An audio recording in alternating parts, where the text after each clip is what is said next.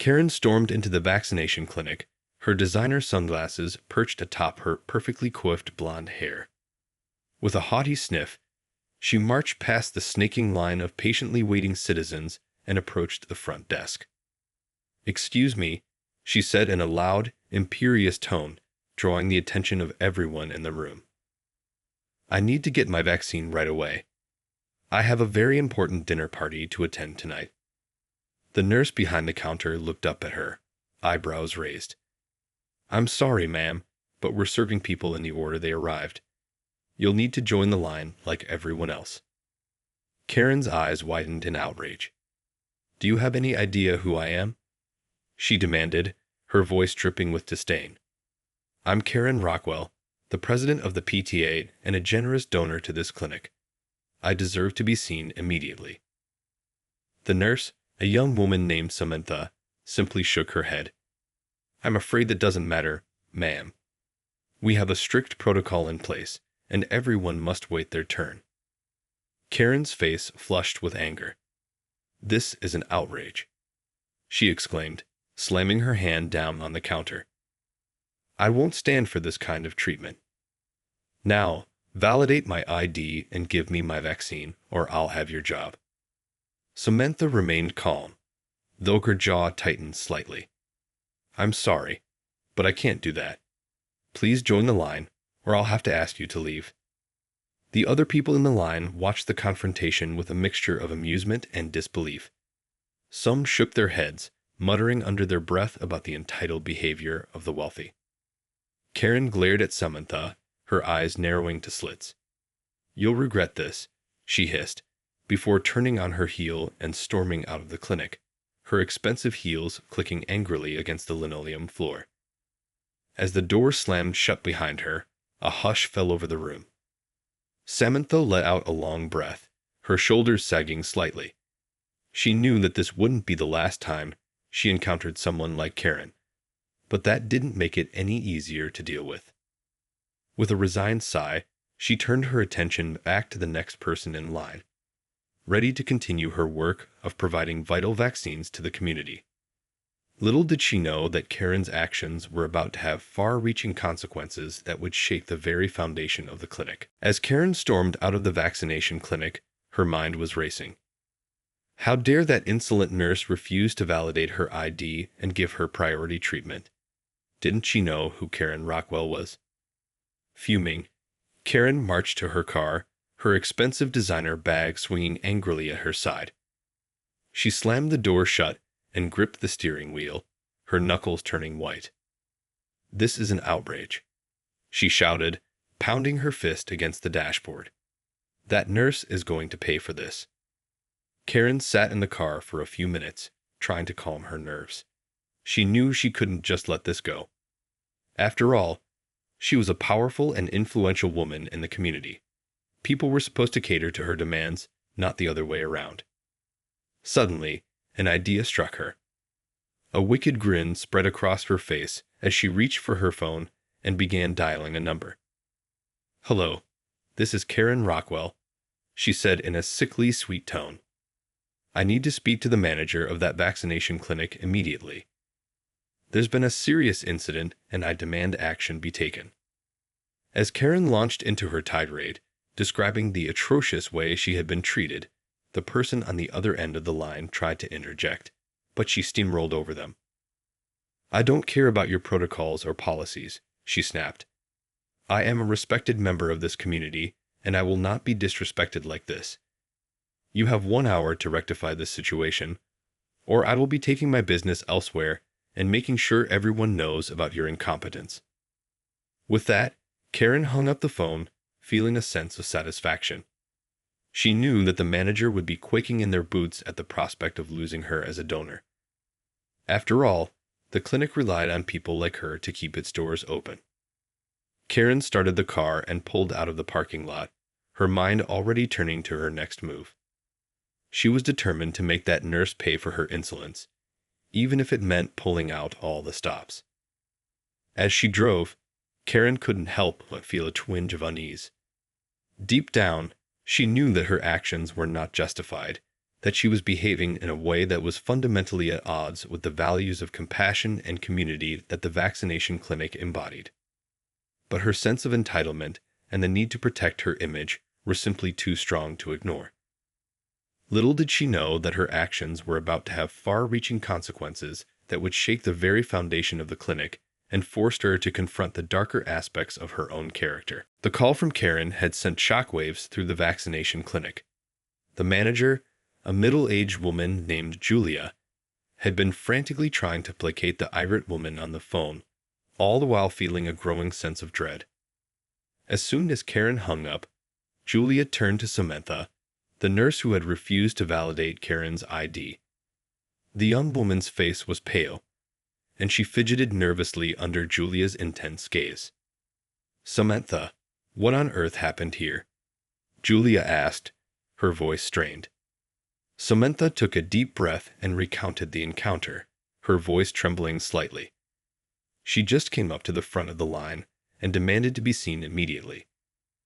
"I told her we have a protocol in place and that everyone has to wait their turn, but she refused to listen." Julia's brow furrowed in concern. "And you're absolutely certain you handled this properly? There's no way we could have accommodated her request." Samantha nodded emphatically. "Absolutely, Julia. I know our protocols are in place for good reason, and I couldn't just make an exception, no matter who she claimed to be." Julia let out a long sigh and pinched the bridge of her nose. "I understand, Samantha. But you do realize that this woman is a major donor to the clinic, right? She's going to make our lives very difficult if we don't do something to appease her." Samantha's eyes widened in alarm. "But Julia, that's not fair. I was just doing my job, following the rules we've all agreed to uphold. How can we just cave to her demands because of her money and influence?" Julia's expression was grave. "I know, Samantha, I know.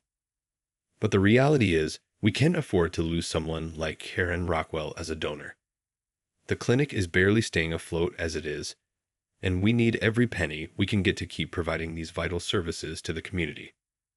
Samantha felt a knot forming in the pit of her stomach. "So, what are you saying?" she asked, her voice barely above a whisper. "I'm saying," Julia replied, her voice laced with regret, "that I'm going to have to ask you to validate Karen's ID and get her vaccinated as soon as possible. I know it's not fair, but the survival of this clinic depends on it." Samantha opened her mouth to protest, but the look on Julia's face told her it was a lost cause. Reluctantly, she nodded, her heart heavy with the knowledge that she was compromising her principles for the sake of the clinic's bottom line. As she turned to carry out Julia's instructions, Samantha couldn't help but wonder if this was the beginning of the end for the clinic's commitment to fairness and equality. Little did she know that the fallout from this incident was just the tip of the iceberg. News of the incident at the vaccination clinic spread like wildfire through the community. Within hours, social media was abuzz with outrage, and local news outlets were scrambling to cover the story. As Karen had predicted, the clinic's manager, Julia, had quickly capitulated to her demands, validating her ID and ushering her to the front of the line for her vaccine. Samantha, the nurse who had initially refused to accommodate Karen's request, was visibly distraught as she carried out the instructions. The backlash was swift and unforgiving. Angry citizens flooded the clinic's phone lines, expressing their disgust at the preferential treatment given to a wealthy and entitled individual. The local news station even sent a crew to the clinic, interviewing people in the line and capturing the palpable sense of frustration. "It's just not right," one woman, who had been waiting for over an hour, told the reporter. "We're all here trying to do our part, and this woman just waltzes in and gets to jump the line. It's a slap in the face to all of us." The clinic's social media pages were inundated with scathing reviews and accusations of favoritism.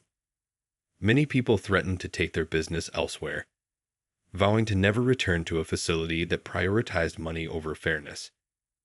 Meanwhile, Karen, oblivious to the backlash, was busy preening and posting about her successful vaccine adventure on her various social media accounts.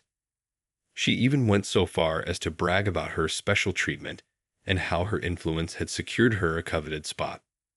However, her smug self-congratulation was short-lived. Within a matter of days, the story had gone viral, with news outlets across the country picking it up and shining a spotlight on the clinic's capitulation to Karen's demands. Suddenly, Karen found herself in the unwelcome glare of national attention, her actions condemned as the epitome of entitlement and privilege. Her reputation, carefully cultivated over the years, was now in tatters, and she found herself the target of widespread ridicule and scorn. As the fallout from the incident continued to unfold, Julia, the clinic's manager, found herself grappling with the consequences of her decision. The loss of public trust and the financial impact of the boycott threatened to cripple the facility, and she knew that she had made a grave mistake in capitulating to Karen's demands. Samantha, the nurse who had initially refused to validate Karen's ID, watched the unfolding drama with a mix of anger and vindication. She had known all along that compromising their principles would come back to haunt them, and now she was forced to bear witness to the fallout. The once tranquil vaccination clinic had become a battlefield, where the clash of privilege, integrity, and the public's trust had erupted in a spectacular display of consequences.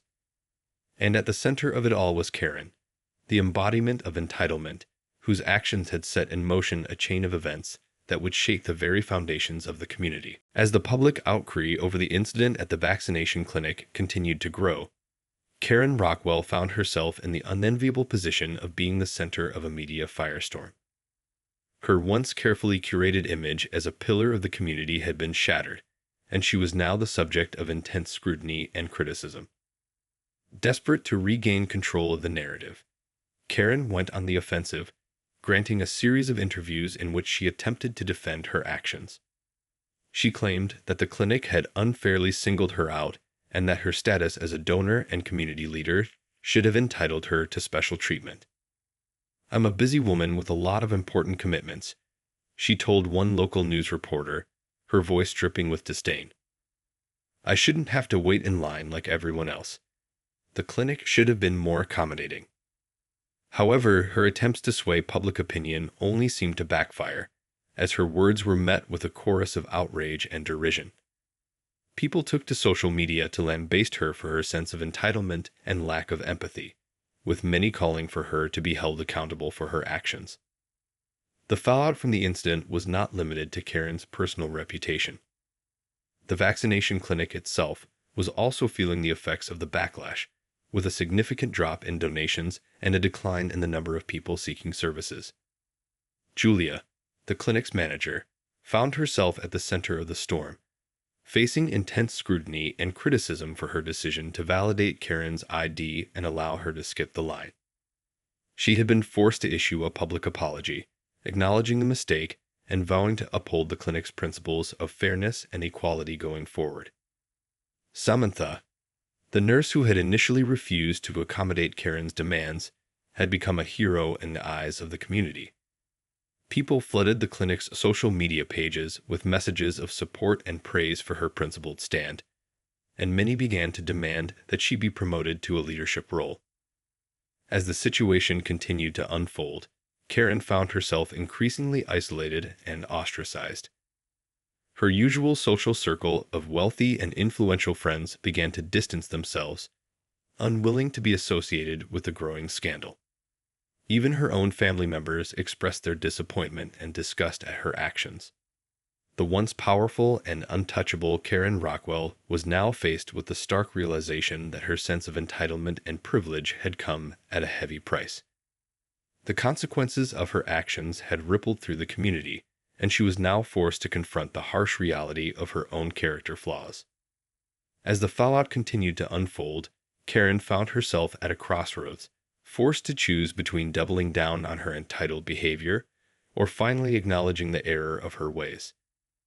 The outcome of her decision would have far-reaching implications, not only for her own future, but for the entire community. As the public outcry over Karen's actions continued to intensify, the clinic's leadership was forced to take drastic measures to address the crisis.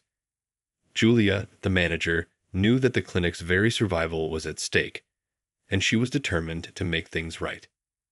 Gathering her team of staff, Julia delivered a passionate and uncompromising speech. "We've made a terrible mistake," she acknowledged, her voice laced with remorse. "By capitulating to Karen Rockwell's demands, we've betrayed the very values that this clinic stands for. We can't let this happen again." Julia then announced a series of sweeping changes to the clinic's policies and procedures. First and foremost, she declared that there would be no more special treatment or exceptions made for anyone, regardless of their status or influence. "From now on, we serve everyone equally, period," she stated, her gaze unwavering.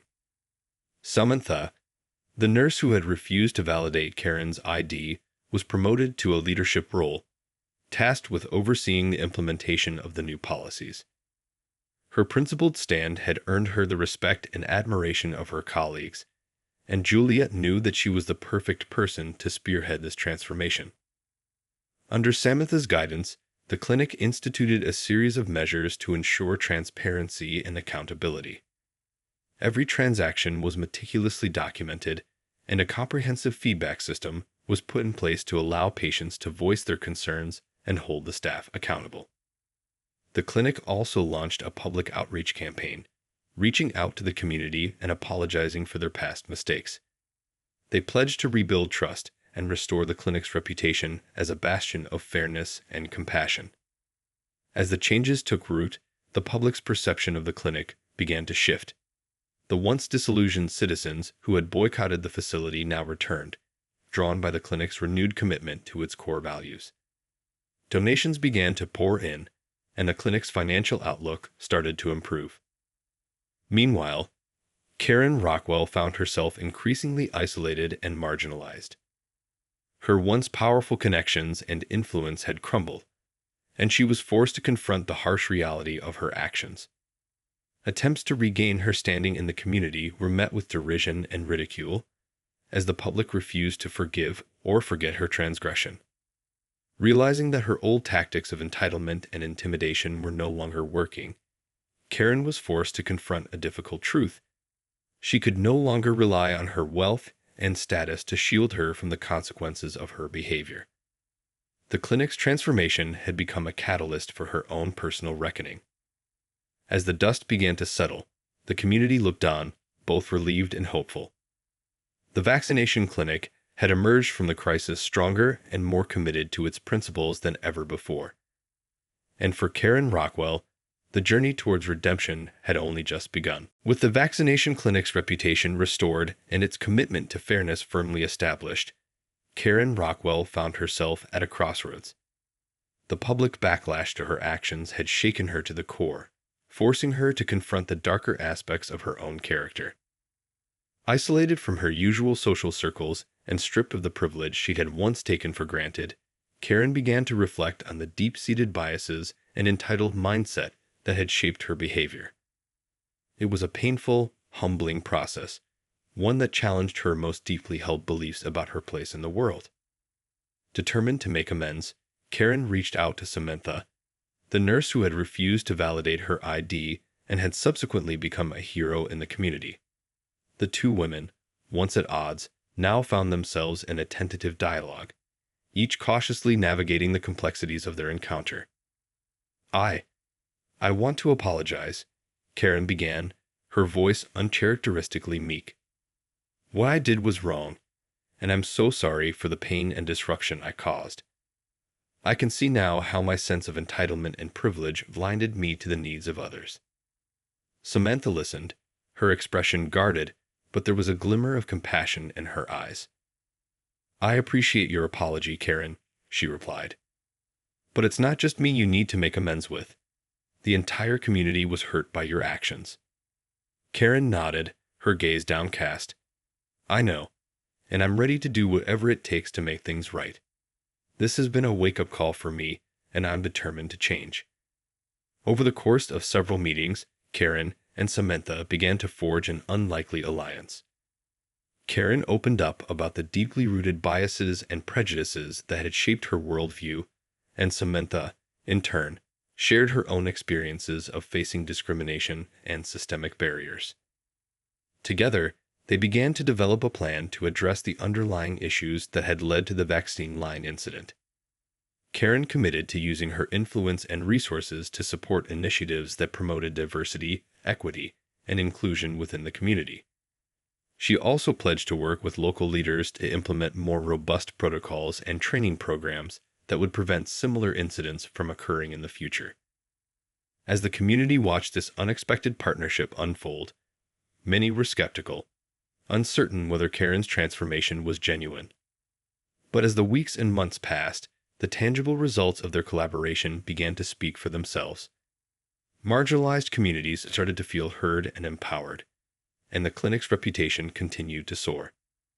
For Karen, the journey of self-reflection and redemption was far from easy.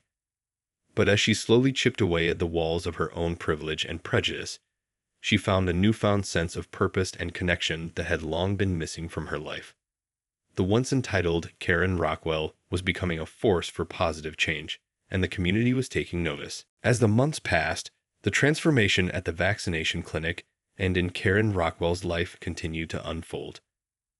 The once contentious relationship between Karen and Samantha had blossomed into a genuine partnership, with the two women working tirelessly to enact meaningful change within the community.